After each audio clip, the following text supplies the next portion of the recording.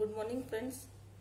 दर्शन BEd college की online classes में आपका स्वागत है। आज हम एक नया टॉपिक लेके आए हैं, बुद्धि, जिसको हम इंग्लिश में कहते हैं इंटेलिजेंसी।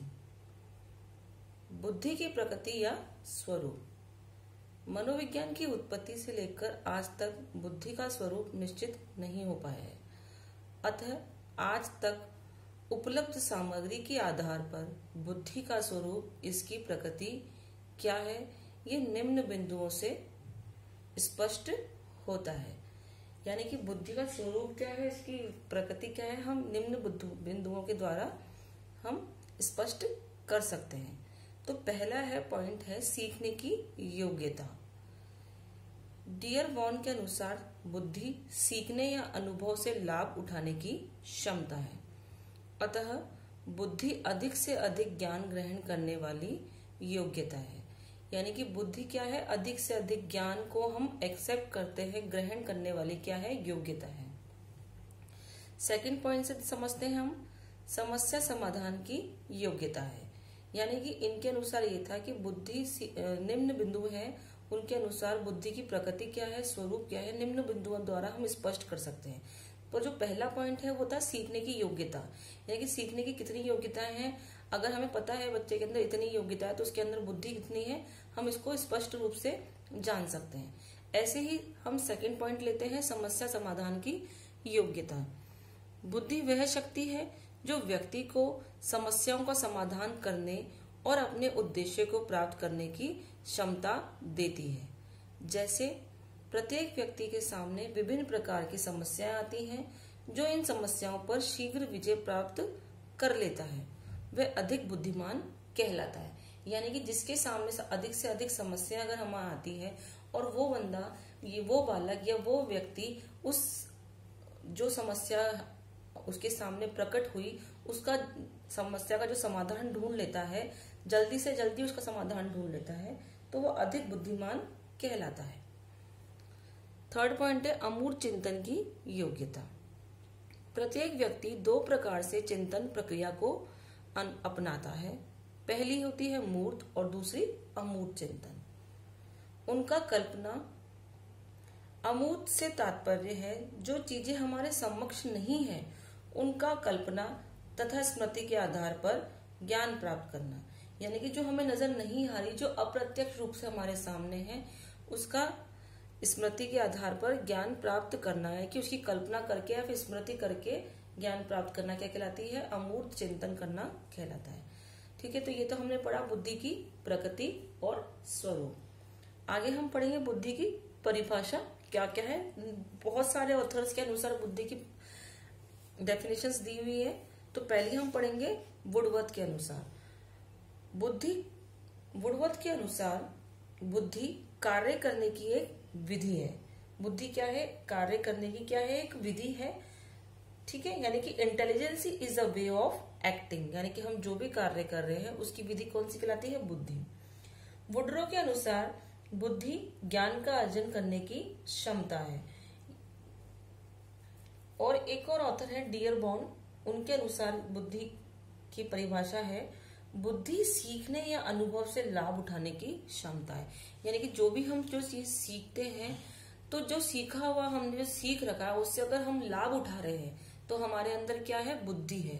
यानी कि बुद्धि की परिभाषा उन्होंने ये दी है कि बुद्धि सीखने या अनुभव से लाभ उठाने की क्षमता है। तो ये तो निम्न बहुत सारे ऑथर्स के अनुसार डेफिनेशन है। मैंने आपको 3 डेफिनेशंस बता दी है। अब आगे हम पढ़ेंगे कि बुद्धि की विशेषताएं क्या क्या है। तो पहला पॉइंट जो है वो है बुद्धि व्यक्ति की जन्मजात शक्ति है। यानी कि बुद्धि क्या होती है, बच्चे के अंदर जन्मजात शक्ति होती है। ऐसा नहीं कि ये अर्जित करने वाली शक्ति नहीं है, ये जन्मजात शक्ति है।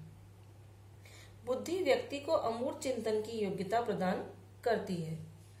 दूसरा पॉइंट हमारा है, थर्ड पॉइंट हमारा है बुद्धि व्यक्ति को विभिन्न बातों को सीखने में सहायता देती है। यानी कि विभिन्न जो बातें होती हैं हमारे समाज में, हमारे घर में, हमारे साथ जो भी विभिन्न बातें होती है उनको सीखने में कौन हेल्प करता है, हमारी बुद्धि। क्योंकि हम तभी सब चीज सीख सकते हैं जब हमारे अंदर बुद्धि होगी। फोर्थ पॉइंट है बुद्धि व्यक्ति को अपने गत अनुभवों से लाभ उठाने की क्षमता देती है। यानी कि बुद्धि जो है वो हमारे जो पहले के अनुभव थे, हमारे पुराने जो अनुभव हैं, उनसे लाभ उठाने की क्षमता प्रदान करती है। जैसे कि पहले मैंने कुछ चीज सीखी हुई, पहले मेरे जो अनुभव हैं उनसे मैं अभी प्रेजेंट में वर्तमान में उन अनुभवों से कोई लाभ अगर उठाती हूँ, तो यानी कि बुद्धि कौन देता है वो क्षमता? हमें बुद्धि देती है। बुद्धि व्यक्ति की कठिन परिस्थितियों और जटिल समस्याओं को सरल बना देती है। यानी कि अगर बुद्धि की विशेषता क्या है? बुद्धि जो भी परेशानियां हमारे सामने आती है, जटिल कठिनाइयां आती हैं, परेशानियां आती हैं, उनको सरल बनाने में हमें मदद करती है, हमारी सहायता करती है।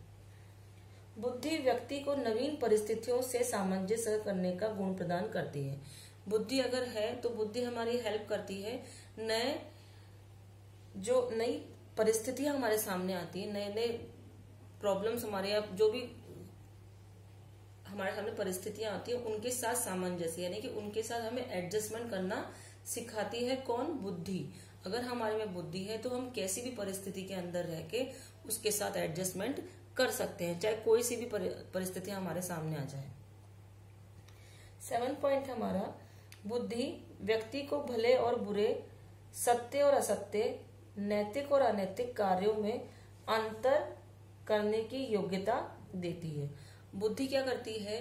बुद्धि व्यक्ति को ये सिखाती है कि क्या चीज हमारे लिए सही है, क्या चीज हमारे लिए गलत है, क्या सत्य है, क्या असत्य है, क्या अच्छा है, क्या बुरा है, क्या नैतिक है, क्या अनैतिक है।